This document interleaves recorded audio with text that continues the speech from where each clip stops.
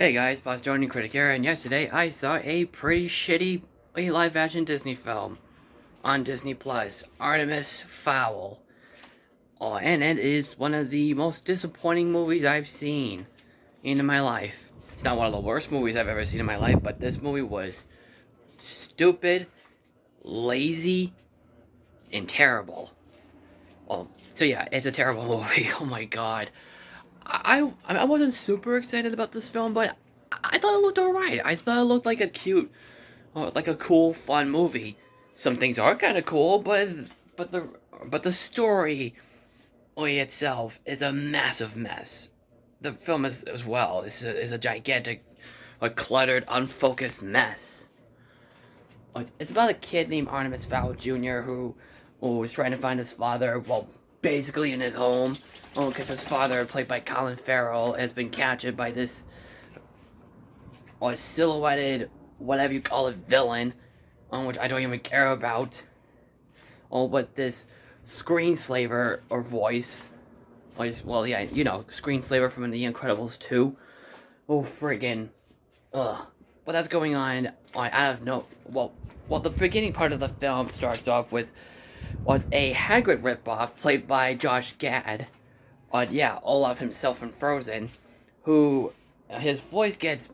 Well, it isn't too bad at first, but trust me, it gets really annoying real fast. And I feel it's a shame because I do love Josh Gad as an actor. Or he wants.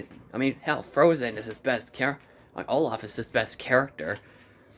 And it's like the most cutest goddamn snowman ever. Or, sorry for what I said. So, but, yeah, a bunch of honking going on. Graduation today for, the school I went to. Well, so, anyway. Well, that's going on.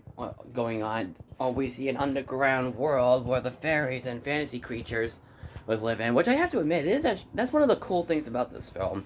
Well, the world itself that lives underground, that's underground. I thought that was really neat. The ships are really cool, but I've seen it before. It's like Black Panthers or spaceships and stuff, or whatever. But another, whatever you call it, the commander, played by Agent M from Skyfall, well, some of the other James Bond movies, and Mrs. Galloway from Home on the Range. He sends out a trooper named Juliet, to find this magical thing, which I don't even give a crap about because I never even read the book that it was based off of. And then and then Artemis Fowl Jr. and this I have to admit, this really cool butler, who has this really cool all around white hair and these cool blue eyes. I thought that was really neat. That was really neat, actually. Oh, and that's probably the only character I sort of like. Like, get there, doggies. But but oh man, it's. Oh, and then a lot of plot holes that don't make any. A lot of plot points that don't make any sense. It's a bajillion plot holes in this film. I mean, oh man. I guess some of the I guess there are one or two good things in this film, but I'll get to that in a second. But holy smokes, this movie's unbelievably flawed. And it's a snore fest and a real disappointment. And it feels a shame because this is from director Kenneth Branagh, the director of Thor, and also did Miguel from The Road to El Dorado, which is one of my favorite movies, period. Yeah, I dare say it. And of course, he did direct the last Disney film he actually directed was the 2015 Cinderella remake, which I'm not a fan of. I didn't hate it, though it was just bland and forgettable. I mean, even though the actress does do fine as a Cinderella, they just make her really uninteresting. Again, it's just your regular basic Cinderella story. So it was just a mediocre film at best. Well, it's not terrible, just mediocre. So what do you call it? Yeah. But I know, oh, that it is, like I said, I feel it's a shame, but by God, this movie was a mess. From the acting, it feels so stiff and wooden. I mean, I wanted to like the guy who played the little boy. I thought he seemed kind of cool. And Colin Farrell was actually not a bad choice for this film as well. The only character I did like, that I sort of did like, was the butler character, or the one with the big white, the white hair and the blue eyes. I thought he was kind of cool. Well, in my opinion, I thought he was an okay character. But the other ones, boring, bland, and super generic. Like, the effects, for the most part, they are pretty good. But one of them that does legitimately suck was the part where Josh Gad's character like opens up his mouth. It's such a cartoon. Well, it's such like a cartoony like face or something, and it really doesn't work.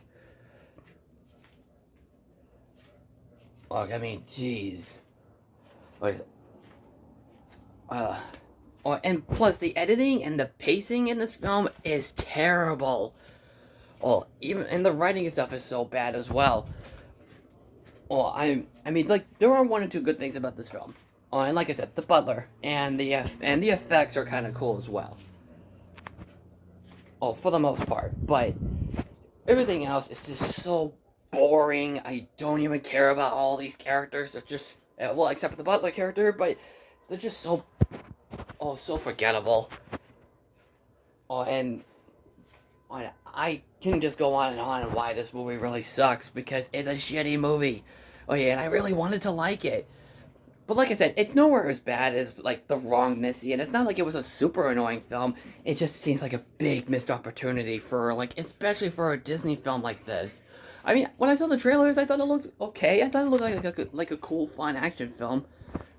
But it's really not worth watching. So yeah, I'm glad that, I guess I see why the critics hated it. I hate this movie too. So again, not by a long shot of being one of the worst movies I've ever seen, but it's definitely the worst Disney film to be released on Disney Plus, and one of the worst live-action Disney films. Because myself, I'm not too huge on live-action Disney films. I'm more a fan of the classic animated films and the Pixar films. Marvel and I mean, there are good live-action Disney films. There definitely are. A lot of the MCU movies, with the freaking Star Wars films. There's some good remakes from Disney, like the 101 Dalmatians, the Aladdin remake, Dumbo, The Lion King. Yeah, I dare say The Lion King, even though it's a photorealistic animated film, made into like a live-action remake. Squeak, squeak. And The Jungle Book. It's a friggin' masterpiece. One of my favorite movies, and the friggin' Pirates of the Caribbean movies are awesome. So yeah, I mean, it's not like as bad as, say, like Santa Claus 3 or A Kid in King Arthur's Court or anything. But it's really bad, really, really bad. So definitely one of the worst films I've seen this year. It is a failure. So that's my final thoughts. If you have seen it, what did you think? Just comment below. Follow me on Twitter, Facebook, and Instagram. And don't forget to subscribe to my channel and share the video. And I'm the Bostonian Critic, and I will see you later. Take care.